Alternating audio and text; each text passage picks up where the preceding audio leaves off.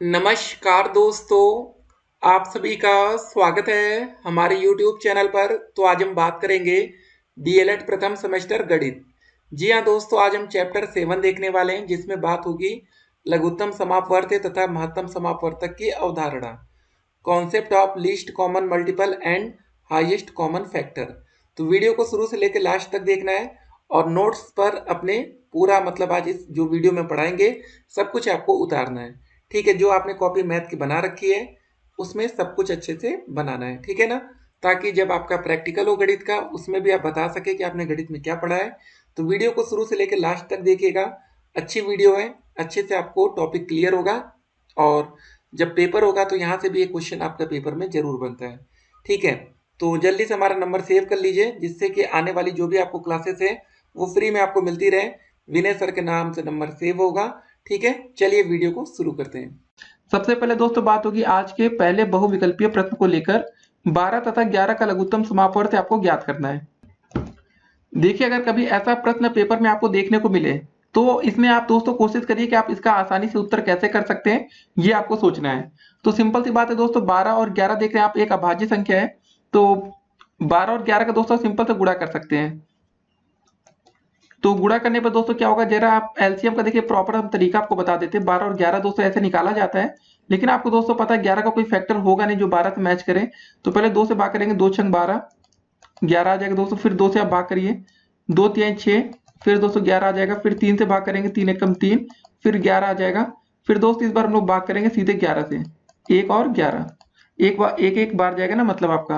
अब दोस्तों इसको सबको गुणा कर लेंगे। देखिए 2 दूनी 4, 4 तिहाई 12, 12 गुणे 11। तो मतलब दोस्तों सिंपल था 12 गुणे 11 पहले भी कर सकते थे। तो 11 गुणे 12 करेंगे तो 11 दूनी 22, 11 कम 11, 1, 13 दोस्तों 2 हासिल जोड़ लेंगे तो 132 आ जाएगा। तो आपको जो इसका सही विकल्प होगा, आपका विकल्प नंबर ए हो जाएगा 132। देखिए आप इसको सीधे गुणा भी कर सकते थे अगर आपकी मैथ अच्छी है। अगर आप दोस्तों मैथ में कमजोर है तो दोस्तों आप ये तरीका अपना सकते हैं 12 और 11 का लघुत्तम समापवर्त्य ज्ञात करने के लिए। अब दोस्तों हम बात करेंगे आज का अगला प्रश्न, देखेंगे बहुविकल्पी का दूसरा प्रश्न। अब देखिए दोस्तों, जो दूसरा प्रश्न है हमारा, वो ये कहा गया है कि दो लगातार सम संख्याओं का मासा क्या होगा। ठीक है ना। तो सम संख्याओं का दोस्तों मासा बताना है आपको क्या होगा। आपके सामने चार विकल्प हैं, 4, 2, 1 या 3। तो सोचिए दोस्तों, और अब इसका आंसर कर सकते हैं। तो दोस्तों जो इसका सही आंसर होगा दूसरे का, वो दोस्तों होगा हमारा दूसरा विकल्प बी होगा दोस्तों।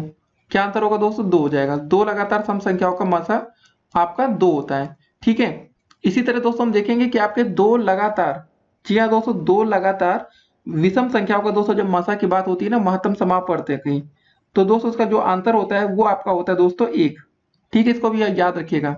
जब दोस्तों दो लगातार विषम संख्याओं की बात होगी, ठीक है ना, का मासा पूछा जाएगा तो दोस्तों आपका आंसर का क्या होगा, 1 होगा। लेकिन दोस्तों जब बात सम संख्या होगी तो आपका आंसर होगा 2। इसको भी जरा आप ध्यान में रखेंगे। अब दो लगातार सम संख्याओं का मासा आप कैसे निकाल सकते हैं, जैसे हम बता रहे हैं। जैसे दोस्तों 2 आ गया और 4 आ गया, इसका मासा दोस्तों आपका क्या होगा, ठीक है ना।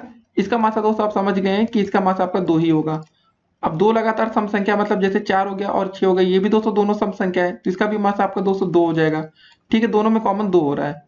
ठीक है, फिर 6 और 8 का दोस्तों मासा निकालें तो क्या हो जाएगा दोस्तों, 2 ही होगा। फिर से 2 तिहाई 6, 2 चौके 8, मतलब यही चीज कही गई है। अब विषम संख्या की दोस्तों बात होती है तो कैसे होती है, जैसे हम 3 और 5 मान लेते हैं।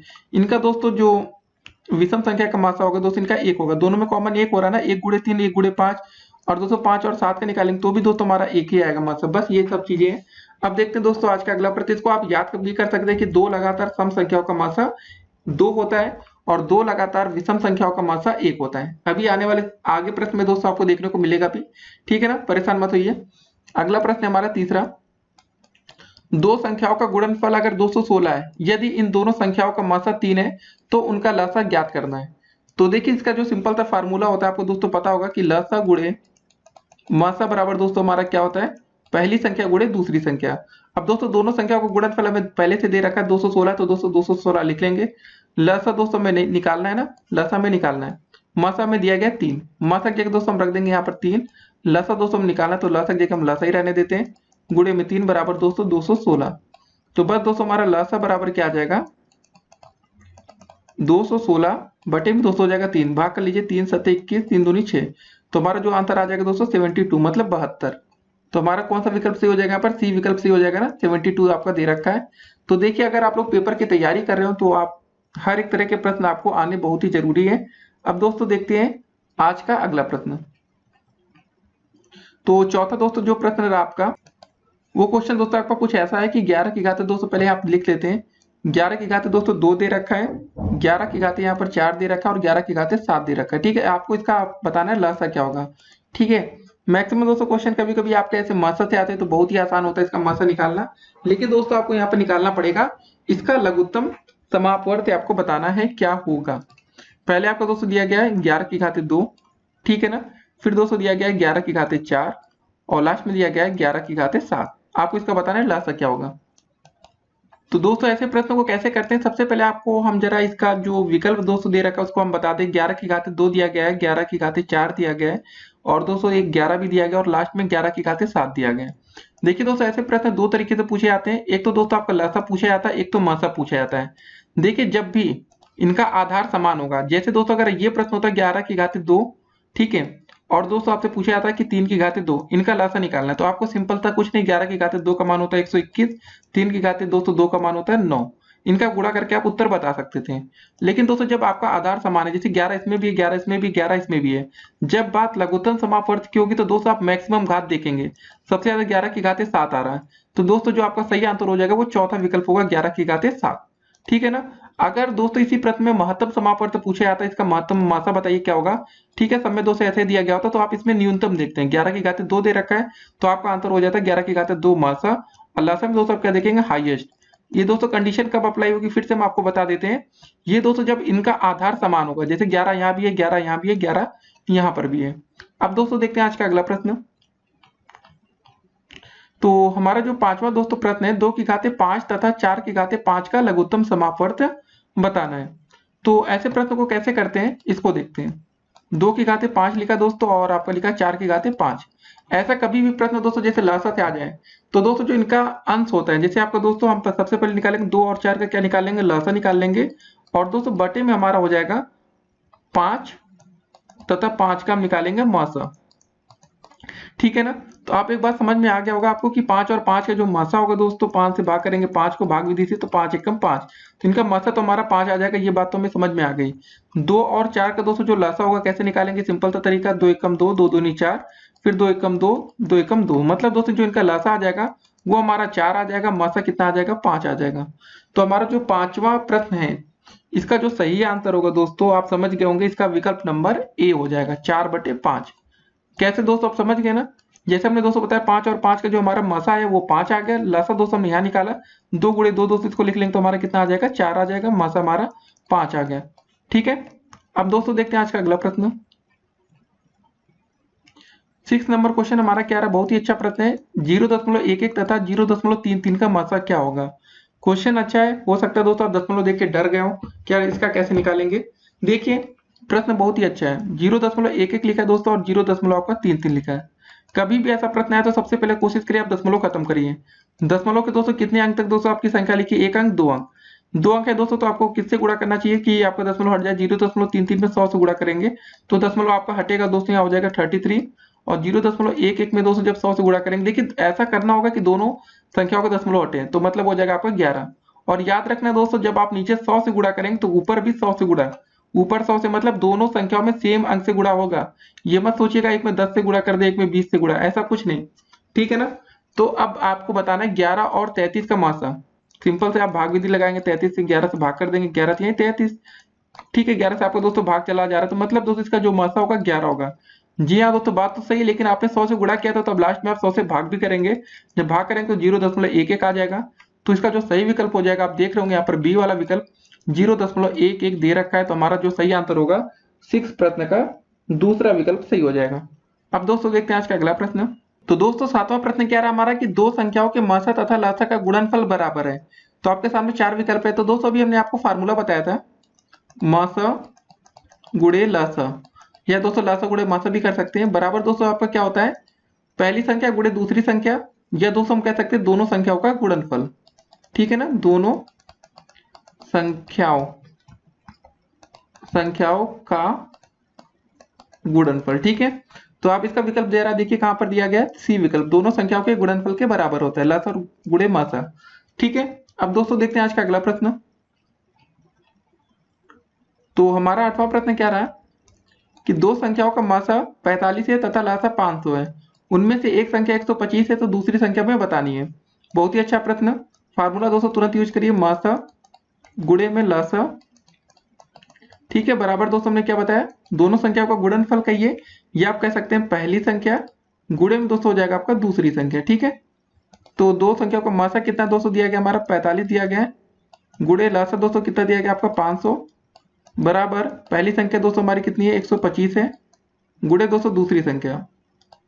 ठीक है ना, तो भाग करना है, तो पहले आपका लिखा है दोस्तों 45 गुणे 500।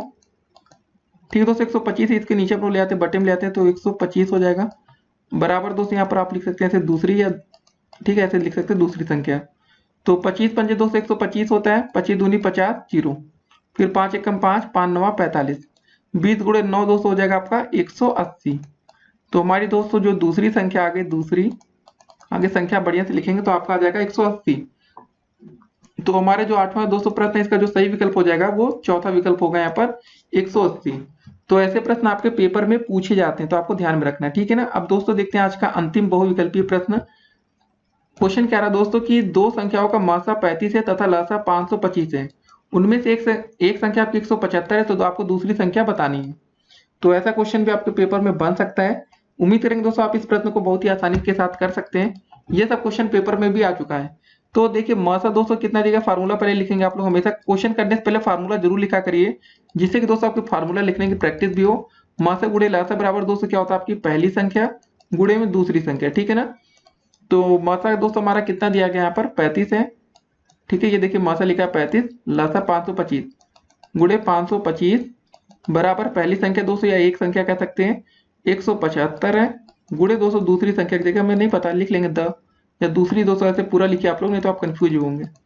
ठीक है, तो ये दोस्तों आप लिखा 35 गुणे 525, एक सेकेंड 525 बटे में दोस्तों आपका 175 बराबर दोस्तों हो जाएगा आपका दूसरी। भाग कर लेंगे, कितनी बार जाएगा दोस्तों, देखिए 25 सत्ते 175 होता है, 25 दूनी 50, 25 एकम 25, 7 एकम 7, 7 पचे 35, 21 गुणे 5, 5 एकम 5, 5 दूनी 10, 105 आ गया। ठीक है दोस्तों, जो हमारी दूसरी संख्या आई वो कितनी आई 105, तो ये हमारा आंसर हो जाएगा 105। तो ऐसे प्रश्न आपके पेपर में आते हैं देखिए। ठीक है, तो यहाँ पर जरा विकल्प देखते हैं, चौथा विकल्प यहाँ पर हमारा सही है। तो चलिए दोस्तों, हमारे फिलहाल इस वीडियो के जितने भी बहुविकल्पीय प्रश्न थे वो कंप्लीट होते हैं। अब दोस्तों बात करेंगे आपके अति लघुत्तरीय और लघुत्तरीय प्रश्नों को लेकर। सबसे पहले अगर अभी तक आप लोग हमारे चैनल पर नए हो तो पहले चैनल को सब्सक्राइब कर लीजिएगा, जिससे आने वाली वीडियो की हर एक नोटिफिकेशन आपको सबसे पहले मिले, और इस वीडियो को अधिक से अधिक अपने दोस्तों के साथ व्हाट्सएप ग्रुप में शेयर भी कर दीजिएगा। ठीक है ना, अब दोस्तों देखेंगे आपके अति लघुत्तरीय प्रश्नों को। तो दोस्तों चलिए शुरू करते हैं अब आपके अति लघुत्तरीय प्रश्नों को। सबसे पहले 10वां क्वेश्चन क्या रहा हमारा कि दो संख्याओं का लासा तथा मासा क्रमशः 9 तथा 3 है, यदि उनमें से एक संख्या 3 हो तो दूसरी संख्या आपको ज्ञात करनी है। इसका जो सिंपल सा फार्मूला होता है उसको पहले हम बता देते हैं। लासा गुणे में दोस्तों होता है आपका मासा बराबर दोस्तों होता है आपका पहली संख्या गुणे में दोस्तों होता है आपका दूसरी संख्या। ठीक है, इसको आप समझ जाइएगा। तो हमारा जो लासा दिया गया देखिए, सबसे पहले लासा और सबसे पहले 9 लिखा है, तो लासा हमारा हो गया 9। ठीक है, गुणे मासा दोस्तों लिखा है, मासा की जगह हमारा 3 है, गुणे 3 बराबर हमारी एक संख्या मतलब पहली संख्या दोस्तों 3 दी गई है, तो दूसरी संख्या में दोस्तों ज्ञात करनी, तो दूसरी की जगह हम दूसरी लिख लेते हैं। ठीक है, बस ये क्वेश्चन लगभग हमारा हो चुका है। तो अब क्या करना है दोस्तों, ये 3 का भाग यहाँ पर आ जाएगा, तो दोस्तों 9 गुणे 3 लिखा है, ये बटे में दोस्तों नीचे 3 आ जाएगा, बराबर हो जाएगा हमारा दूसरी संख्या। ठीक है, तो ये 3 से दोस्तों हमारा ये 3 कट गया, तो दूसरी संख्या की जगह दोस्तों हमारा बचेगा 9। तो 9 क्या हो जाएगा दोस्तों हमारे यहाँ पर दूसरी संख्या हो जाएगा, तो बस ये हमारा आंसर हो जाएगा। तो ऐसे आसान आसान से प्रश्न भी आपके पेपर में आ सकते हैं, तो आपको तैयार रहना है कि आसान प्रश्न कैसे करना है और कठिन प्रश्नों को कैसे करना है। अब दोस्तों देखते हैं आज का अगला प्रश्न। देखिए हमें 11 नंबर क्वेश्चन में क्या कहा गया है कि 125 और 305 का महत्तम समापवर्तक हमें ज्ञात करना है। क्वेश्चन आपको भले आसान लग रहा हो, लेकिन दोस्तों देखिए इसको भाग विधि से जब आप करेंगे तो ही दोस्तों आपको पता चलेगा कि कितना क्वेश्चन आसान है कि कठिन है। तो 125 305, ठीक है, कितनी बार दोस्तों भाग जाएगा, 3 बार तो जाएगा नहीं, 100 300 होता है तो 2 बार ही जा पाएगा। 2 पंजे देखिए 2 का गुणा यहाँ पर पहले 5 से करेंगे तो 2 पंजे 10 का 0, 2 दूनी 4 1 5 हो जाएगा, फिर 2 एकम 2, 5 आ जाएगा दोस्तों यहाँ पर। फिर यहाँ बचेगा 10, 10 में से 5 गया 5, यहाँ दोस्तों खत्म हो जाएगा क्योंकि एक में 2 में से 2 कट जाएगा। फिर 55 दोस्तों यहाँ पर लिखा था दोस्तों, यहाँ पर जो 125 था अब वो यहाँ पर आएगा 125। आप कितनी बार दोस्तों भाग जाएगा, 2 बार जाएगा। 55 दूनी होता है आपका 110। ठीक है, 5 दोस्तों यहाँ पर इसको घटा लेंगे, इसको जरा ध्यान दीजिए, घटाइए। 5 आ जाएगा दोस्तों, ठीक है ना, और 2 में से 1 गया, 1 बचा। फिर दोस्तों यहाँ पर आ जाएगा हमारा 55। ठीक है, ये 55 देखिए, ये 55 उठ के यहाँ पर आ गया। इसको जरा आप ध्यान में रखेंगे नहीं तो आपसे गलतियां होंगी। तो कितनी बार दोस्तों भाग जाएगा, 15 तिया होता है आपका 45, 45। ये दोस्तों यहाँ बचेगा 10 आपका, यहाँ हमने घटाया तो ये 15 बीच में आ जाएगा। फिर 10 एकम 10, ठीक है ना, यहाँ बचा 5। फिर दोस्तों यहाँ आएगा 10, 5 दूनी दोस्तों होता है आपका 10। ठीक है, ये कट्टम कट्टम हो गया। तो हमें दोस्तों इसका जो मासा निकला पता चला लास्ट में दोस्तों हमारा भाग किससे गया, इसमें इसमें हमारा गया है 5 से। तो इसका आंसर भी दोस्तों अब आप समझ गए होंगे कि इसका आंसर हम लोग क्या लिखेंगे, 5 ही कहेंगे। तो 125 और 305 का दोस्तों जो हमारा महत्तम समापवर्तक है वो कितना आ गया हमारा, 5 आ गया। अब देखते हैं आज का अगला प्रश्न। अब 12 नंबर दोस्तों जो क्वेश्चन है हमारा वो ये कहा गया है, इसको जरा देखिए ध्यान से समझिए। ठीक है ना, 2 लगातार विषम संख्याओं का महत्तम समापवर्तक क्या होगा। तो दोस्तों जो इसका आंसर हो जाएगा फिलहाल 2 लगातार विषम संख्याओं का महत्तम समापवर्तक वो हो जाएगा आपका 1। ठीक है ना, इसको आप जरा ध्यान में रखिएगा। तो 2 लगातार विषम संख्या पहले आएंगी कैसे, आप ये भी समझ लीजिए। पहली बात तो देखिए, कभी अगर 2 लिखा रहेगा तो 2 के बाद 3 आएगा, 3 के बाद 4 आएगा, 4 के बाद 5 आएगा, मतलब 3 और 5 का दोस्तों जो आएगा महत्तम समापवर्तक वो आएगा आपका 1 आएगा। ठीक है ना, ये आपको हम यहाँ पर डिफाइन कर रहे हैं। ये मत सोचिएगा दोस्तों 2 विषम संख्या पहली बात तो लगातार आ ही नहीं सकती, अल्टरनेट क्रम होता है। 1 के बाद 2 आएगा, 2 के बाद 3 आएगा, तो मतलब दोस्तों फिर 3 के बाद 4, तो मतलब दोस्तों पहले आपको पता है ना एक कि 2 लगातार विषम संख्याओं का मतलब क्या है, इसको भी आपको समझना पड़ेगा। ठीक है, तो फिलहाल आप बस इतना याद रखिएगा कि 2 विषम लगातार 2 मतलब जो विषम संख्याएं आती हैं तो उनका महत्तम समापवर्तक या HCF जो होता है दोस्तों वो हमारा क्या होता है, वो 1 होता है, 1 होता है। ठीक है ना, अब देखते हैं आज का अगला प्रश्न। तो हमें दोस्तों बताना था 13 नंबर क्वेश्चन में कि 9, 14 तथा 36 का लघुत्तम समापवर्तक ज्ञात करना है। तो 9, 14 और 36 तुरंत ही दोस्तों आप ऐसे करिएगा, 9, 14, 36 ऐसे निकाल लीजिएगा दोस्तों, डंडी खींचेगा। आपकी बेसिक प्रोसेस सबको पता होगा, तो 2 से भाग करिए पहले, 9 में नहीं जाएगा, 2 सत्ते 14 होता है, 18 बार जाएगा 36 में। फिर दोस्तों 2 से भाग करेंगे, फिर 9 आ जाएगा, 7 आ जाएगा, 2 9 18 होता है।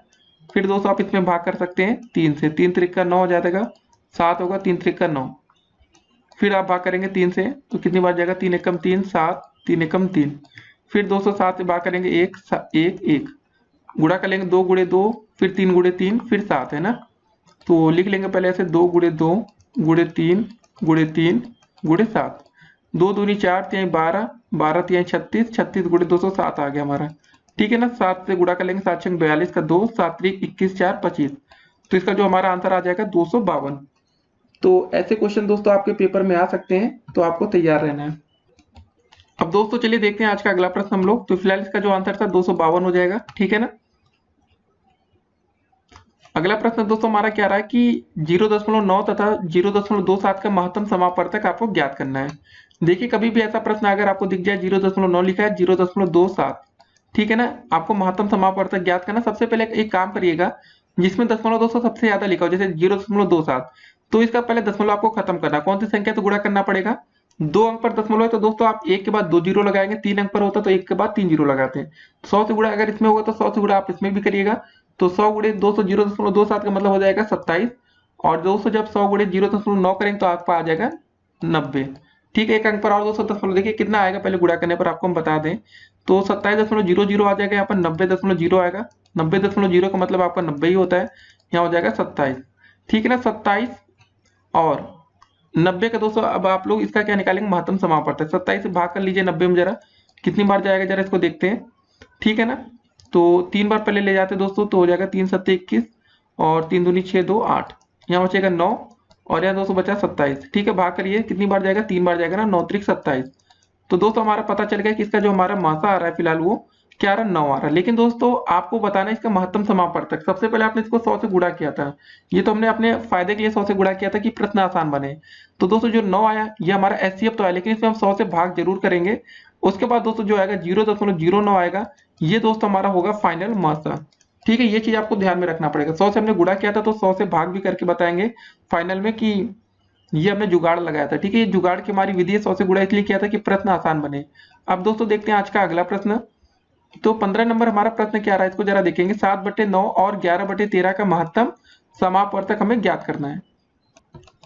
कभी भी दोस्तों आपके सामने ऐसा प्रश्न दिखे जैसे कि सही बटे वाला, मतलब नहीं होता है 11/13, ठीक है ना, भिन्नों का दोस्तों लघुत्तम समापवर्तक हो या महत्तम समापवर्तक हो, तो इसको कैसे निकालते हैं। जैसे अगर आपको इसका महत्तम समापवर्तक निकालना है तो आप दोस्तों क्या करेंगे, सबसे पहले दोस्तों जो इसका अंश होगा, ठीक है ना, उसका आप मासा निकालेंगे और जो हर होगा उसका लासा निकालेंगे। तो मतलब दोस्तों आपको 7 और 11 का मासा निकालना पड़ेगा और दोस्तों बटे में आप करेंगे 9 और 13 का लासा, ठीक है ना। तो 7 और 11 में दोस्तों आप कॉमन देखिए जरा क्या बनेगा। 7 में क्या लिख सकते हैं दोस्तों, हम लोग लिखेंगे 1 और 7 होगा तो इसका फैक्टर जो होगा हमारा 11 का होगा हमारा 1 और 11, ठीक है दोस्तों। जो इसका कॉमन फैक्टर आपको दिख रहा है यहाँ 1 हो रहा, भाग करने की कोई जरूरत नहीं है। तो इसका दोस्तों जो मासा ऊपर आएगा 1 आ जाएगा, लेकिन 9 और 13 का दोस्तों हम क्या निकालेंगे, लसा निकालेंगे तो हो जाएगा 3 त्रिक का 9 हो जाएगा और यहाँ बचेगा 13। फिर दोस्तों भाग करेंगे 3 से, 3 एकम 3 हो जाएगा, फिर आएगा दोस्तों 13, फिर दोस्तों लास्ट में भाग कर लेंगे 13 से, 1 और 1, ठीक है। मतलब 9 गुणे दोस्तों कर लेंगे, सिंपल था। ये देखिए जो इसका आया हमारा लसा आया 3 गुणे 3 गुणे 13, तो 13 9 ये दोस्तों होता है हमारा मतलब 3 गुणे 3 करेंगे 3 त्रिक का 9, 9 गुणे 13 करेंगे 13 9 117। तो दोस्तों जो इसका हमारा फाइनल आंसर हो जाएगा, जैसे दोस्तों हमने लिखा था यहाँ पर कि 7 और 11 का मासा हमारा 1 आया और 13 और 9 का लासा हमारा आया 117। तो मतलब हमारा जो आंसर होगा दोस्तों वो 1/117 हो जाएगा, ठीक है ना। समझ गए आप लोग, कोई दिक्कत हो आप कमेंट करके पूछ सकते हैं। इसमें दोस्तों क्या बोला था कि 7 और 9 11 और 13 का महत्तम समापवर्तक आपको ज्ञात करना था। तो 7 और 9 का हमने मतलब 7 और जो ऊपर 11 दोस्तों था हमारा ऊपर अंश का, इसका हमने क्या निकाला, इसका मासा देखा, और जो भी हमारा हर में था 9 और 13 इसका हमने क्या निकाला, लासा।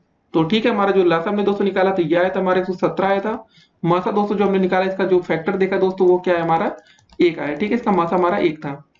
तो अब दोस्तों देखते हैं आज का अगला प्रश्न। फिलहाल इसका जो आंसर होगा 1/117, ठीक है ना। और 16 नंबर दोस्तों क्वेश्चन क्या है, इसको जरा एक बार हम आपको पहले लिख के बताते हैं कि 16 नंबर दोस्तों क्वेश्चन में जो हमारा दिया गया है वो दिया गया है कि दोस्तों पहले आपका लिखा है कि 9 का स्क्वायर, ठीक है ना, यहाँ पर 9 ऐसे नहीं लिखा है, 9 का स्क्वायर लिखा है। फिर दोस्तों 9 की घाते 4 लिखा है, 9 की घाते 7 का हमें बताना था कि महत्तम समापवर्तक आपको ज्ञात करना है। क्वेश्चन बहुत ही अच्छा है। 9 की घाते 2 लिखा है, 9 की घाते 4 लिखा है, 9 की घाते 7 लिखा है। अब 9 की घाते दोस्तों 9 लिखा है, 2 लिखा है तो इसको लिखे रहने दीजिए। 9 की घाते 4 को हम लिख सकते हैं 9 की घाते 2 गुणे 9 की घाते 2, जोड़ेंगे 2 2 4 ही हो जाएगा दोस्तों, गुणा में घाते जुड़ती हैं। 9 की घाते 7 को लिख सकते हैं 9 की घाते 2 गुणे 9 की घाते 5, 5 2 7 हो गया। अब कॉमन देखिए 9 की घाते 2 यहाँ पर भी, 9 की घाते 2 यहाँ पर भी, 9 की घाते 2 यहाँ पर भी है, ठीक है ना। मैक्सिमम दोस्तों जो कॉमन आया आपका वो 9 की घाते 2 आ गया। तो फिलहाल जो इसका दोस्तों मासा आ जाएगा उसको हम लिख सकते हैं मासा बराबर 9 की घाते 2, या आप लिख सकते हैं इसको 81। तो क्वेश्चन काफी दोस्तों देखिए सब बहुत ही आसान प्रश्न होते हैं, खाली अगर आपको समझ अच्छी है तो आप हर प्रश्न को बहुत ही आसानी से कर सकते हैं, ठीक है ना।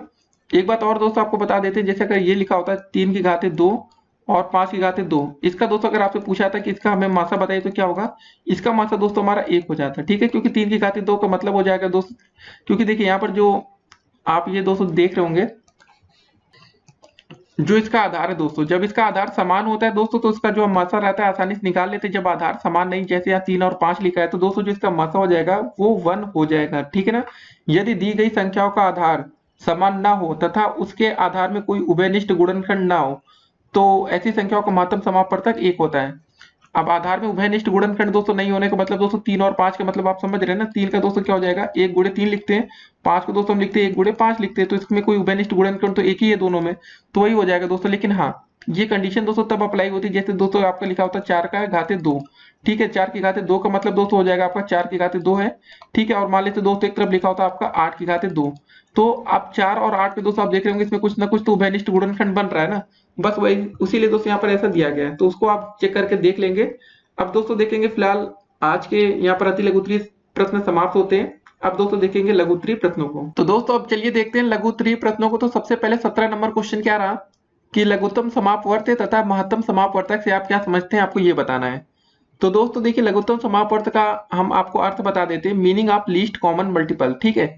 2 या 2 से अधिक संख्याओं का लघुत्तम समापवर्तक या लासा वह छोटी से छोटी संख्या होती है जो उन संख्याओं से पूर्ण रूप से विभाजित हो जाए। तो दोस्तों जैसे मान लेते कि हमें 6 और 8 का लघुत्तम समापवर्तक ज्ञात करना, समझिए पहले, ठीक है ना। 6 और 8 का लघुत्तम समापवर्तक क्या होगा आपको ये बताना होगा। तो दोस्तों आपको पता होगा कि लघुत्तम समापवर्तक जो निकालने की दो विधि होती है आपका, एक तो होता है गुणनखंड विधि और दोस्तों दूसरा होता है आपका भाग विधि द्वारा, ठीक है ना। तो 6 8 का दोस्तों अगर हम भाग विधि से निकालेंगे तो देखिए 6 और 8 का लघुत्तम समापवर्तक कैसे निकाल सकते हैं। पहले 2 से भाग करेंगे आप, 2 तिहाई 6, 2 चौके 8, फिर 2 से भाग करेंगे, क्या हो जाएगा 3, 2 दूनी 4, फिर आप 2 से भाग करेंगे, कितनी बार जाएगा 3 रहेगा दोस्तों, 2 एकम 2, अब एक बार ये दोस्तों भाग जाएगा 3 से, 3 एकम 3, ये कट गया, ठीक है ना। तो कितनी बार आगे दोस्तों 2, 1 2 3 बार 2 है गुणे 3, 2 दूनी 4, दूनी 8, त्रिक 24। तो दोस्तों इसका जो लघुत्तम समापवर्त आया वो 24 आ गया, ठीक है। तो आपको फिर से एक बार परिभाषा बता दे रहे हैं, दो या दो से अधिक संख्याओं का लघुत्तम समापवर्त या लासा वह छोटी से छोटी संख्या होती है जो उन संख्याओं से पूर्ण रूप से विभाजित हो जाए। तो दोस्तों देखिए जब 24 में आप 6 से भाग करेंगे तो कट जाएगा ना, 6 चौको 24, 8 त्रिक 24। अब इससे दोस्तों कोई छोटी संख्या 24 से छोटी संख्या कोई नहीं होगी जिसमें 6 से भी भाग जाए 8 से भी जाए, ठीक है ना। अब दोस्तों बारी आती है आपके महत्तम समापवर्तक का अर्थ आपको बताना है, ठीक है। लघुत्तम देख लिया, महत्तम समापवर्तक देखते हैं। देखिए इसकी परिभाषा पहले, दो या दो से अधिक संख्याओं का महत्तम समापवर्तक या मासा वह महत्तम संख्या है जिससे दी गई सभी संख्या पूर्णतः विभाजित हो जाए, ठीक है दोस्तों, आपको ये समझना है। तो इसमें दोस्तों महत्तम समापवर्तक का मतलब होता है महत्तम, ठीक है। लघुत्तम समापवर्तक का मतलब आप समझ गए लघुत्तम। तो महत्तम समापवर्तक ज्ञात करने की भी दोस्तों दो विधि होती है, आपका एक गुणनखंड विधि और दूसरा भाग विधि, ठीक है। जैसे दोस्तों अगर आपसे हम कह दें कि आपको 8, 12 और 28 का दोस्तों मासा ज्ञात करना है, ठीक है। महत्तम समापवर्तक या HCF, ठीक है ना, ये आपको ज्ञात करना है। तो आप कैसे करेंगे, सबसे पहले दोस्तों हम आपको इस बार गुणनखंड विधि दिखाते हैं कि गुणनखंड विधि से दोस्तों आप कैसे कर सकते हैं, ठीक है। तो 8 का गुणनखंड विधि दोस्तों क्या हो जाएगा आपका, पहले देखिए 8 को दोस्तों हम लोग क्या लिख सकते हैं। देखिए दोस्तों आपको यहाँ पर एक बात समझनी है कि 8 में किससे किससे भाग कट जाएगा, मतलब चला जाएगा। तो 1 से चला जाएगा, 2 से चला जाएगा, 4 से चला जाएगा और 8 से खुद जाएगा। अब दोस्तों 12 में वैसे देखेंगे तो किससे किससे भाग जाएगा, 1 से जाएगा, 2 से जाएगा, 3 से भी कट जाएगा, 4 से भी कटेगा, 6 से कटेगा और 12 से खुद कटेगा। उसके बाद दोस्तों बारी आती है आपका 28 की। 28 में क्या होगा, देखिए दोस्तों ये सबसे पहले आपका 1 से जाएगा, 2 से 28 कट जाएगा, 4 से भी कट जाएगा आपका, फिर 7 चौक 28 होता है, 14 दूनी 28 होता है और 28 से कटेगा। अब आपको दोस्तों क्या होता है मासा निकालना है, तो चलिए पहले कॉमन लीजिए, देखिए सब में क्या क्या मैच कर रहा है, इसमें भी एक है, इसमें भी एक है, इसमें भी एक है, ठीक है दोस्तों। फिर इसके बाद यहाँ 2 देखिए, यहाँ पर भी है, 2 यहाँ पर भी है, 2 यहाँ पर भी है। उसके बाद दोस्तों जरा आपको देखिए जो तीनों में मैच कर रहा हो, अब आप दोस्तों कहेंगे कि 4 भी दोस्तों यहाँ मैच कर रहा है, 4 यहाँ से भी कर रहा है, 4 यहाँ से भी कर रहा है। तो दोस्तों यहाँ पर हमें बताना है कि महत्तम मतलब सबसे बड़ी संख्या कौन सी सब में मैच कर रही है दोस्तों। तो आप कहेंगे ये देखिए 4 यहाँ पर भी है, 4 यहाँ पर भी है, 4 यहाँ पर भी है। तो इसका जो मासा आ जाएगा दोस्तों, इसका मासा क्या हो जाएगा हमारा, ये हो जाएगा हमारा 4, ठीक है। एक दोस्तों ये विधि होगी गुणनखंड विधि। एक होता है दोस्तों आपका अभाज्य गुणनखंड विधि से भी आप मासा ज्ञात कर सकते हैं। और एक अंतिम दोस्तों होता है जो आप कहते हैं जिसको हम लोग भाग विधि, ठीक है। तो भाग विधि से भी पहले हम बता देते हैं 8, 12 और 28 का निकालना, फिर आप कभी गलती नहीं करेंगे। 8, 12 और 28 का मतलब भाग विधि से, ठीक है। ये कैसे निकालेंगे इसको देखते हैं। सबसे पहले दोस्तों भाग करके देखते हैं, 8 से 12 में कितनी बार जाएगा, 8 एकम 8, कितना दोस्तों यहाँ बचा 4, ठीक है। देखिए जैसे ये 4 बचेगा तो दोस्तों जो 4 यहाँ बच रहा है, एक काम और करेंगे दोस्तों, से यहाँ पर आपका 4 बचा तो दोस्तों फिर क्या करेंगे, यहाँ पर फिर 8 आ जाएगा ना, ये वाला 8 यहाँ पर आ जाएगा, फिर 4 दूनी 8। तो दोस्तों इससे हमें ये पता चला कि हमारा जो 8 और 12 इसका दोस्तों जो हमारा मासा आ रहा है वो क्या आ रहा है, यहाँ पर 4 आ रहा है, ठीक है। ये दोस्तों भी हमने देख लिया यहाँ पर ना, 4 से भाग दोस्तों दोनों में चला गया, तो मतलब हमारा जो मासा 8 और 12 का तो फिलहाल 4 आ रहा है। अब इसको दोस्तों जो 4 से भाग करके 28 में भी चेक करेंगे कि 28 में भाग जाता है, अगर चला जाएगा तो दोस्तों जो सबका मासा हो जाएगा वो 4 ही हो जाएगा। तो क्या होगा, 4 सत्ते 28, ये आपका 28 भी 4 से कट जाता है। तो दोस्तों इससे क्या हो जाएगा कि हमें पता चल गया कि जो इन तीनों संख्या होती मतलब 8, 12 और 28 का जो मासा आएगा हमारा 4 आएगा, ठीक है। भाग विधि से था ये दोस्तों, आपका गुणनखंड विधि से था। तो आप देख सकते हैं जिससे भी आपको सही लगे। अब दोस्तों देखेंगे आज का अगला प्रश्न हमारा क्या है। 18 नंबर क्वेश्चन रहा हमारा कि भाज्य तथा अभाज्य संख्याओं में आपको अंतर बताना है। देखिए सिंपल सी बात होती है दोस्तों, भाज्य संख्या कौन सी होती है और अभाज्य। अभाज्य संख्या दोस्तों इसका सिंपल सा रूल होता है, अभाज्य संख्या हम पहले बताते हैं, जो पहले दोस्तों खुद से कटे और 1 से कटनी चाहिए वो अभाज्य संख्या होती है। जैसे दोस्तों आपका 2 हो गया, 2 किससे किससे कट रहा है आपका, ये 1 से कटेगा और 2 से कटेगा, ठीक है। उसके बाद दोस्तों बारी आती है 3 की, ये 1 से कटेगा 3 से कटेगा, फिर दोस्तों 3 के बाद आता है हमारा 5, 1 से कटेगा 5 से कटेगा। ये अभाज्य संख्या बता रहे हैं दोस्तों। काफी बच्चों के मन में डाउट आ जाता है कि 9 क्या होगी, दोस्तों ये भाज्य संख्या है। क्यों? ये 1 से कट रहा है, 3 से कट रहा है, 9 से कट रहा है, मतलब 2 से अधिक संख्याओं से कट रहा है, मतलब 3 संख्याओं से, तो ये आपका हो जाएगा भाज्य संख्या। और दोस्तों ये जो बाकी आप ये जो 3 एग्जाम्पल देख रहे हैं, ये क्या आपका अभाज्य संख्या। ठीक है, बस आपको ये ध्यान में रखना है। और आपको कुछ चीजें और बता दें, सबसे छोटी भाज्य संख्या दोस्तों जो होती है आपकी 2 होती है, या दोस्तों इसको हम बोल सकते हैं सबसे छोटी सम, मतलब भाज्य नहीं दोस्तों, सॉरी, ये अभाज्य संख्या है। सबसे छोटी सम अभाज्य संख्या दोस्तों क्या होती है? वो 2 होती है। और एक ही याद रखिए, सबसे छोटी भाज्य संख्या दोस्तों क्या होती है? हमारी 4 होती है, क्योंकि दोस्तों 1 से कट रहा है, 2 से कट रहा है और 4 से कट रहा है, तो ये क्या है? हमारी भाज्य संख्या है। और सबसे छोटी अभाज्य संख्या दोस्तों क्या है? वो 2 है। ठीक है। और बाद में आपके मन में एक सवाल आता, डाउट आता होगा कि जो 1 है वो क्या है? जो दोस्तों 1 होता है ना, तो ये भाज्य संख्या है, ना तो अभाज्य संख्या है। ठीक है ना? ना भाज्य ना अभाज्य, बस इतना ध्यान रखना है। फिर से जाते जाते वीडियो में बता देते दोस्तों कि अभाज्य संख्या वे संख्या होती है जो खुद से कटती है और सिर्फ 1 से कटेंगी। ठीक है ना? सिर्फ 2 संख्याओं से कटेंगी। ठीक है। अगर दोस्तों हम बात करें कि 31 क्या होता है, देखिए 31 किससे किससे कटता है? 1 से कटेगा और 31 से कटेगा, तो ये भी हमारी अभाज्य संख्या हो गई। बस इतना थोड़ा बहुत आप चीज ध्यान में रखेंगे तो आप पेपर में एक अच्छा स्कोर कर सकते हैं। अब दोस्तों देखेंगे हम लोग आज का अगला प्रश्न। ठीक है, 19 नंबर दोस्तों क्वेश्चन क्या रहा हमारा, इसको देखते हैं जरा, कि 50 और 75 का महत्तम समापवर्तक अभाज्य गुणनखंड विधि से आपको ज्ञात करना है। ठीक है ना? तो जरा दोस्तों इसको आप ध्यान दीजिएगा, इसको भाग विधि से मैंने निकालना है, इसको हम लोग को कैसे निकालना है? अभाज्य गुणनखंड विधि से ज्ञात करना है। तो चलिए करके दोस्तों देखते हैं। सबसे पहले हम लोग किसका निकालना है? 50 और 75 का। तो दोस्तों 50 में अभाज्य संख्या से गुणा करके देखिए कैसे आएगा दोस्तों। देखिए आप सिंपल सा एक तरीका अपना सकते हैं, ये वाला। ठीक है, फैक्टर करना। 2 से करेंगे 25 बार जाएगा दोस्तों, फिर 5 से करेंगे 50 25, फिर दोस्तों 5 से करेंगे 5 एकम 5। तो दोस्तों क्या लिख सकते हैं हम लोग? 2 गुणे 5 गुणे 5। कभी भी दोस्तों यहाँ पर एक नहीं लिखेंगे, याद रखिए अभाज्य संख्या एक नहीं होती है। अभाज्य जब आपका लिख गया तो आप यहाँ मत लिखिएगा 1 गुणे 2। ठीक है। अब वैसे दोस्तों बारी आती है 75 की। इसको भी दोस्तों हम कैसे अभाज्य गुणनखंड से निकालेंगे? इसको देखिए पहले 3 से भाग करेंगे, 3 दूनी 6, 3 पचे 15, फिर 50 25, फिर किससे भाग जाएगा दोस्तों आपका? 5 एकम 5। ठीक है, 3 गुणे 5 गुणे 5। ठीक है, ये आ गया हमारा। अब आपको बताना कि इसका महत्तम समापवर्तक क्या होगा। अब आपको दोस्तों यहाँ पर एक चीज देखनी होगी कि सबसे ज्यादा दोस्तों जो रिपीट हो रहा है वो क्या हो रहा है। ठीक है, रिपीटेशन आपको यहाँ पर देखना है। देखिए 5 भी दोस्तों यहाँ पर है, 5 यहाँ पर भी है। ठीक है, 5 यहाँ पर भी है, 5 यहाँ पर, दोनों चीज दोस्तों रिपीट हो रही है ना, तो मतलब 5 गुणे 5। तो जो इसका दोस्तों हम लोग यहाँ पर लिख लेंगे ऐसे, इसका जो होगा मासा बराबर हो जाएगा 5 गुणे 5, जो रिपीट हो रहा है खाली। 2 3 तो रिपीट हो नहीं रहा, तो 5 गुणे 5 का मतलब हो जाएगा हमारा 25। ठीक है, इसका जो आंसर हो जाएगा हमारा सिंपल था, तो इसको दोस्तों हम लोग बोलेंगे 25। तो जितने बच्चों का 25 आ रहा है, समझ में आ रहा है, तो बहुत अच्छी बात है। और नहीं आ रहा तो दोस्तों आप कमेंट करके हमसे सवाल पूछ सकते हैं। इसमें यह बोला गया था कि हमें अभाज्य गुणनखंड विधि से ही ज्ञात करना था, भाग विधि से हमें नहीं निकालना था। अब देखते हैं आज का अगला प्रश्न। तो दोस्तों 20 नंबर जो हमारा क्वेश्चन है, इसमें क्या बोला गया है कि 132 322, ठीक है ना, तथा 556 का महत्तम समापवर्तक हमें ज्ञात करना है। और इसमें देखिए कोई कंडीशन हमें नहीं लिखी है कि हमें कैसे ज्ञात करना है। जब कोई कंडीशन ना लिखी हो तो सबसे आसान विधि होती है वो भाग विधि होती है। तो पहले 132 से दोस्तों भाग करके देखेंगे 322 में। ठीक है, तो अब देखिए सभी को 132 का पहाड़ा तो नहीं आएगा, लेकिन दोस्तों 2 बार गुणा करके पहले देखते हैं कितनी बार जाएगा। 2 दूनी 4, ठीक है, 2 तिहाई 6, 2 एकम 2, घटाएंगे 12 में से 4 गया 8 बचेगा। ठीक है, फिर यहाँ बचा 11 में से 6 गया, बचेगा 5, ये कट गया। फिर दोस्तों यहाँ पर आएगा हमारा 132। अब जरा दोस्तों इसको हम 2 बार और ले जाएंगे। देखिए जो भी दोस्तों पहले भाग करते हैं जो बचता हमारा, ये देखिए शेषफल बचा 58। फिर दोस्तों जिससे हम लोग भाग करते हैं वो संख्या यहाँ पर आती है। ठीक है ना, 132 देखिए यहाँ पर रिपीट हो रही है, तो इसी को करते रहेंगे जब तक ये पूरा कट नहीं जाएगा। कितनी बार जाएगा? 2 बार जाएगा। 2 अट्ठे 16, 2 पंजे 10, 1 11, 12 में से 6 गया, 6 बचेगा दोस्तों। ठीक है ना, तो यहाँ पर दोस्तों एक हमारा एलसीएम यहाँ बचा 2, 2 में से 1 गया, 1 बचेगा। अब फिर आएगा यहाँ पर 58। देखिए दोस्तों फिर से ये 58 जो यहाँ पर था वो यहाँ पर आ गया। ये तब तक करेंगे प्रोसेस जब तक ये हमारा पूरा कट नहीं जाएगा। कितनी बार जाएगा? 16 32 16 तिहाई 48। ठीक है, 48 आ गया।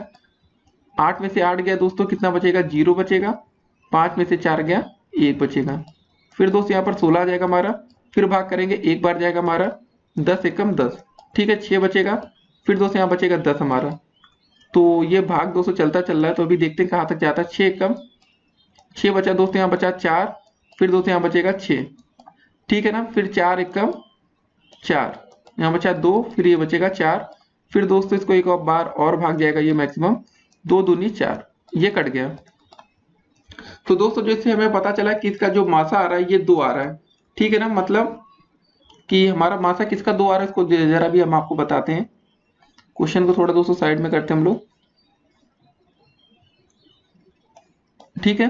कि हमारा जो दोस्तों आया 132 और 322, इसका जो मासा हमारा निकल कर आया वो क्या है दोस्तों, हमारा 2 आया, ठीक है। अब इसी दोस्तों 2 का भाग हम 556 में करके चेक करेंगे। 556 अगर 2 से भाग चला जाता है तो दोस्तों जो हमारा फाइनल मासा होगा 2 ही होगा। तो 2 दूनी 4, ठीक है, 2 से ही भाग करना है हमें, कितनी बार जाएगा उसको जरा हमें बताना है, ठीक है। तो भाग करके चेक कर लेते हैं हम लोग सिंपली। इसको एक तरह से और भाग कर सकते हैं हम लोग, ऐसे लिख लीजिए 556/2, 2 एकम 2, 2 दूनी 4, 2 सत्ते 14, 2 अट्ठे 16, मतलब 278 बार दोस्तों ये चला जाएगा, ठीक है ना। तो यहाँ पर भी दोस्तों ऐसे हम लोग लिख सकते थे अलग अलग भाग करके। तो फिलहाल हमारा दोस्तों भाग विधि हो गया। तो हमें दोस्तों इसका फिलहाल मासा पता चल चुका है, यहाँ से 2 बार ले जाएंगे तो कितनी बार जाएगा, 2 दूनी 4, ठीक है। 1 बचा, 5 बचा, 2 सत्ते 14, यहाँ 1 बचा, 6 बचा, 2 अट्ठे 16, ठीक है। वैसे भी दोस्तों हम लोग हमारा भाग आ गया सिंपल तरीके से भी। तो हमें दोस्तों इसका जो मासा पता चला, इन तीनों का जो मासा होगा हमारा वो कितना होगा, वो 2 होगा। तो ऐसे क्वेश्चन दोस्तों आ सकते हैं। भाग भी देखिए आपने देखा होगा कि काफी लंबा था, तो आप कोशिश करिएगा जब तक दोस्तों भाग न जा रहा हो, जाते रहेगा, नहीं तो फिर छोड़ना नहीं आपको, ठीक है ना। हिम्मत नहीं हारनी है। तो 2 नंबर का क्वेश्चन आएगा, 2 नंबर आप पूरे प्राप्त करेंगे। अब देखते हैं आज का अगला प्रश्न। तो अगला प्रश्न दोस्तों हमारा क्या रहा कि 5/7, 7/9 तथा 9/11 का लघुत्तम समापवर्तक ज्ञात करना है आपको।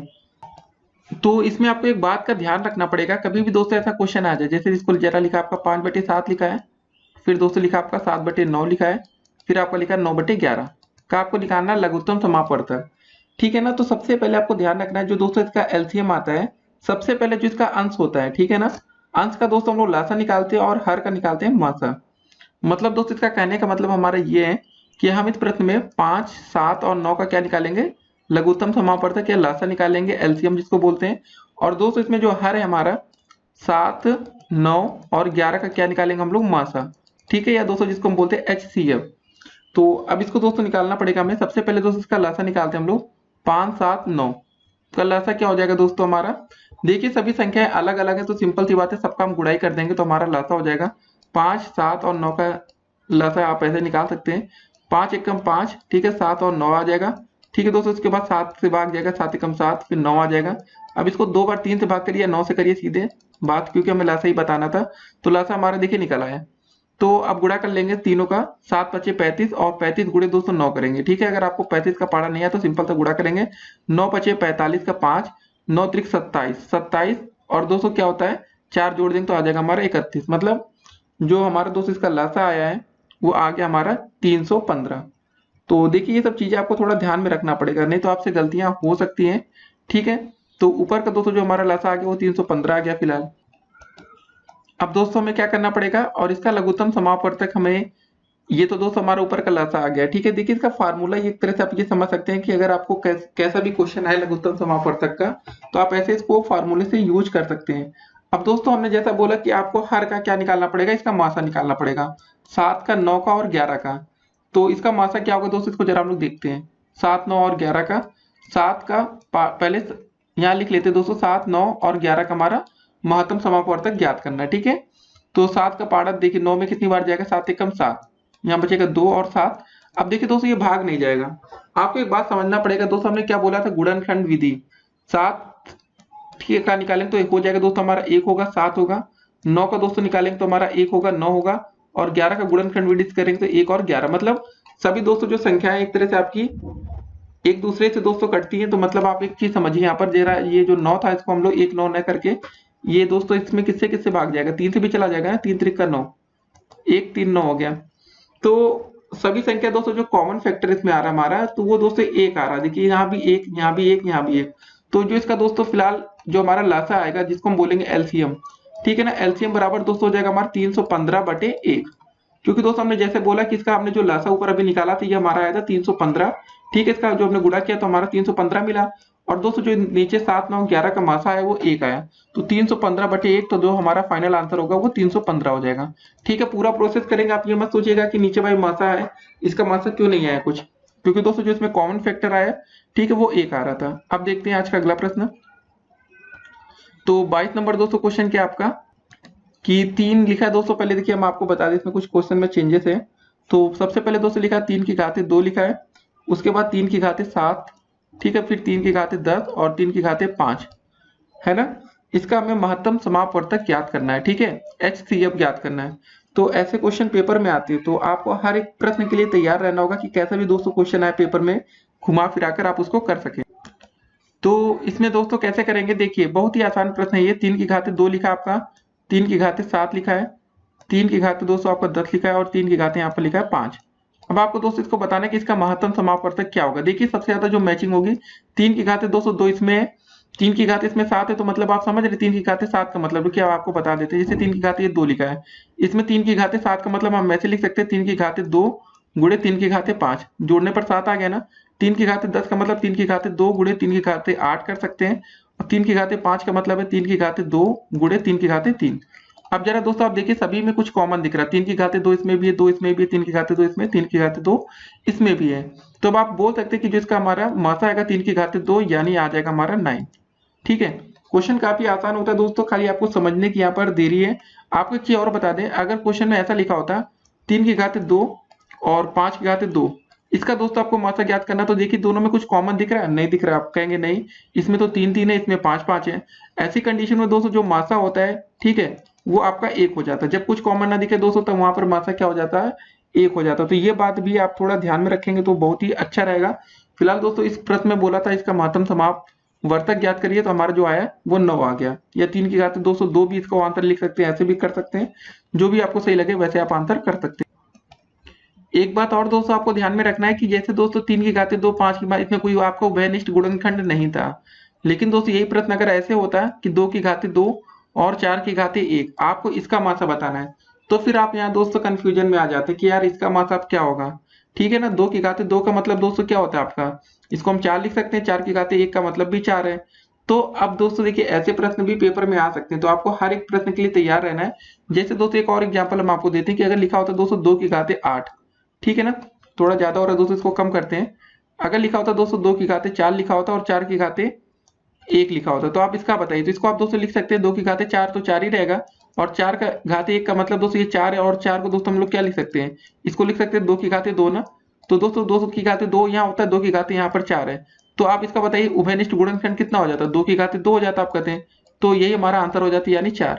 वैसे दोस्तों जैसे यहाँ पर 4 लिखा था तो 2 की घाते 2 था, तो 4 को हम क्या लिख सकते हैं, 2 की घाते 2 लिख सकते हैं, तो इसका भी उभयनिष्ठ गुणनखंड दोस्तों 4 आ जाएगा। तो ये बात भी ध्यान में रखेंगे कि महत्तम समापवर्तक जब आप ज्ञात कर रहे हैं, जब दोस्तों कोई भी कॉमन फैक्टर नहीं है, कोई भी उभयनिष्ठ गुणनखंड नहीं आ रहा, तो दोस्तों उसका मासा 1 होता है। अदरवाइज कुछ भी कोई कंडीशन और है तो दोस्तों उसमें मासा 1 नहीं होगा। ठीक है, अब देखेंगे आज का अगला प्रश्न हम लोग। 23 नंबर क्वेश्चन 1.6 और 0.64 का लघुत्तम समापवर्तक ज्ञात करिए। देखिए कभी भी ऐसा प्रश्न है दशमलव वाले, 1.6 लिखा है और 0.64 लिखा है, ठीक है ना। तो सबसे पहले दोस्तों आप देखिए कि दशमलव हम खत्म कैसे कर सकते हैं। 64 का दोस्तों दशमलव हम खत्म कब कर पाएंगे, जब इसमें दोस्तों हम लोग देखिए जितने अंक के बाद दशमलव, देखिए दशमलव के कितने बाद तक संख्या लिखिए, 1 अंक 2 अंक, तो दोस्तों सिंपल बात है, 1 के बाद 2 जीरो लगा के गुणा कर दीजिए, इसमें भी 1 के बाद 2 जीरो इसमें भी लगाइए। दोनों संख्याओं में सेम अंक से गुणा होगा तभी दोस्तों दोनों संख्या सेम रहती है। जब 16 गुणे 100 करेंगे तो दोस्तों आ जाएगा हमारा 160 आ जाएगा, या 1600 करिए तो 1 अंक पर यहाँ दशमलव लग जाएगा। जब इसमें ऐसे गुणा होगा दोस्तों तो हमारा कितना आ जाएगा, 6400, 2 अंक पर दोस्तों दशमलव होगा तो ये हो जाएगा। तो मतलब हमारी जो पहली संख्या मिली वो आ गई हमारी 160 और दूसरी संख्या आ गई हमारी 64। अब आपको 64 और 160 का लघुत्तम समापवर्तक ज्ञात करना, तो आप ये ज्ञात कर सकते हैं, ठीक है ना। तो चलिए इसको ज्ञात करके देखते हैं क्या आ जाएगा इसका। 2 से भाग करेंगे, 2 अट्ठे 16, 0 32 बार, फिर दोस्तों 2 से भाग करेंगे आ जाएगा 40 और यहाँ आ जाएगा 16, फिर 2 से भाग करेंगे हम लोग कितना आ जाएगा 20 आ जाएगा, यहाँ आ जाएगा 8 आ जाएगा, फिर 2 से भाग कर लेते हैं हम लोग, 2 दाम 20, 2 चौके 8, ठीक है। फिर 2 से भाग करेंगे, 2 पंजे 10, 2 दूनी 4, फिर 2 से भाग करेंगे, 2 एकम 2, यहाँ 5 रहेगा। अब लास्ट बार दोस्तों हम लोग 5 से ही भाग कर लेंगे, 5 एकम 5 1, ठीक है ना। जरा सबका गुणा करके चेक कर लेते हैं हम लोग, ये दोस्तों इसका पेयर बना लेते हैं, कितनी बार दोस्तों 2 2 लिखा है इसको जरा गिन लेंगे, ठीक है ना। 1 2 3 पेयर है, मतलब 3 जोड़ा है ना। एक गिन लेते हैं, 1 2 3 4 5 6 बार 202 लिखा हमारा, तो 2 गुणे 2 गुणे 2 गुणे 2 गुणे 2 गुणे 2 गुणे 5, अंतिम में 5 था ना हमारा। अब जरा सबका गुणा कर लेंगे, 2 एकम 2, 2 दूनी 4, 4 दूनी 8, दूनी 16, दूनी 32, दूनी 64 और 64 गुणे 5। ठीक है ना। आप लोग जल्दबाजी में कोई गलती मत करिएगा कि सीधे 64 गुणे 5 करें, नहीं, सॉल्व करके आप कर सकते हैं। 5 के 20, 5 छंग 30, ठीक है ना, 30 और 2 हो जाएगा 32। तो हमारा जो इसका आंसर आ जाएगा वो 320 आ जाएगा। तो देखिए सभी प्रश्न काफी आसान होते हैं, बस आपको करने का तरीका पता होना चाहिए। लेकिन दोस्तों जो आप आंसर करेंगे वो 320 नहीं होगा, क्योंकि सबसे पहले याद करिए कि प्रश्न में आपने 100 से गुणा किया था। ठीक है, जब 100 से गुणा किया था तो अब लास्ट में जो भी आपका आंसर आया 320 आया, इसमें हम 100 से भाग कर देंगे। ठीक है ना, कि जो गुणा किया तो वो खत्म हो जाए। एक जीरो से एक जीरो कट गया, 32/210 लिखा, इसका मतलब क्या होगा, जब ये जीरो हटेगा तो यहाँ दशमलव आ जाएगा, तो हमारा ये हो गया 3.2। ठीक है, ये हमारे इस प्रश्न का आंसर हो जाएगा। अब देखते हैं आज का अगला प्रश्न। तो हर तरह के दोस्तों क्वेश्चन आज हम आपको बता दे रहे हैं, फिर आप एलसीएम और एचसीएफ में कभी उम्मीद करेंगे गलती ना करें। 24 नंबर क्वेश्चन, दो संख्याओं का मासा 15 है तथा उनका गुणनफल 900 है, उनका लसा ज्ञात करना है। देखिए दोस्तों इसका जो सिंपल सा फार्मूला होता है पहले हम आपको बता दें, लसा गुणे में मासा बराबर दोस्तों होता है आपका पहली संख्या गुणे दूसरी संख्या या दोनों संख्याओं का गुणनफल। ठीक है ना, तो दोनों संख्याओं का हम गुणनफल लिख लेंगे, क्योंकि दोस्तों हमारे प्रश्न में उनका गुणनफल दिया गया है, दोनों संख्याओं का गुणनफल। ठीक है ना, गुणनफल। नहीं तो दोस्तों फिलहाल जो फार्मूला होता है वो पहली संख्या गुणे दूसरी संख्या होता है। हमें लसा ज्ञात करना, तो लसा की जगह दोस्तों हम लिख लेंगे लसा गुणे मासा की जगह दोस्तों हमारा हो जाएगा यहाँ पर 15 हो जाएगा, बराबर दोनों संख्याओं का गुणनफल हमारा 900 है। ठीक है ना, तो दोस्तों हमारा लसा बराबर क्या आ जाएगा, सिंपल सा 900 बटे में 15, भाग कर लेंगे, 15 छक्का 90 जीरो। तो हमारा इस प्रश्न के लिए जो लसा आ जाएगा दोस्तों क्या आ जाएगा हमारा, फिलहाल आ जाएगा 60। ठीक है, तो ऐसे क्वेश्चन अगर आपके पेपर में आए तो आपको तैयार रहना है। ठीक है दोस्तों, तो हर तरह के प्रश्न आज हमने इस वीडियो में डिस्कस कर लिया है लगभग। अगर आपको और भी लगता है कि नहीं कुछ क्वेश्चन छूट रहे हैं और आपको कुछ समझ में नहीं आया तो आप कमेंट करके पूछ सकते हैं। ठीक है ना, फिलहाल दोस्तों ये वीडियो यहीं पर समाप्त होती है, और दोस्तों जितनी भी वीडियोस बच रही है तो उसको कमेंट बॉक्स में उसका हम आपको लिंक दे देंगे, आप चाहिए सभी को चेक करिए।